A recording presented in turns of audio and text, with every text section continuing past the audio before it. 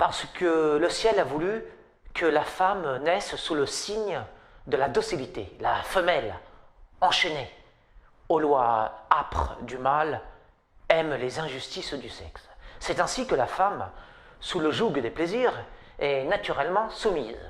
Sa chair est faite pour être dominée, asservie, livrée au croc du loup, son souverain.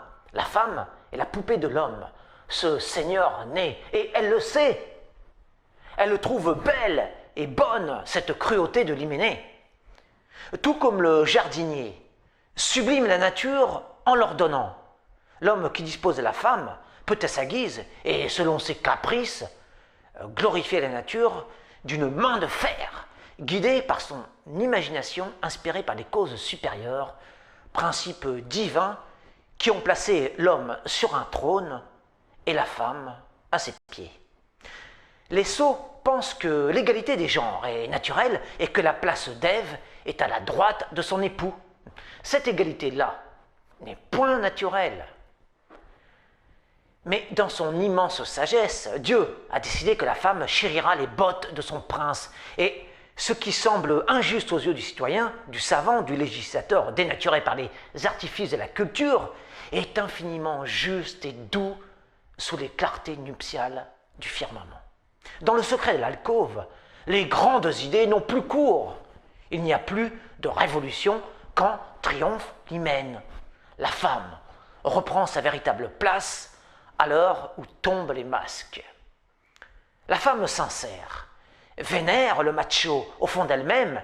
Elle déteste sa nouvelle condition où l'a abandonné l'homme contemporain.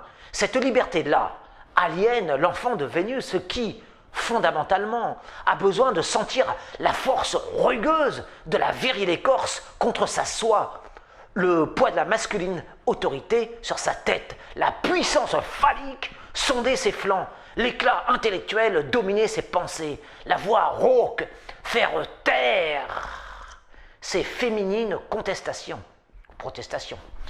et la délicieuse ortie de l'amour séduire son cœur. La femme n'est désirable aux yeux de l'homme de bien que lorsqu'elle s'accorde à ses hauteurs à travers la parure digne et sobre de sa soumission innée, dévouement, obéissance, hommage au générateur de semences et porteur de sceptre sont les sentiments honnêtes de la femme face à son maître, tant dans la vie conjugale que dans l'aventure amoureuse.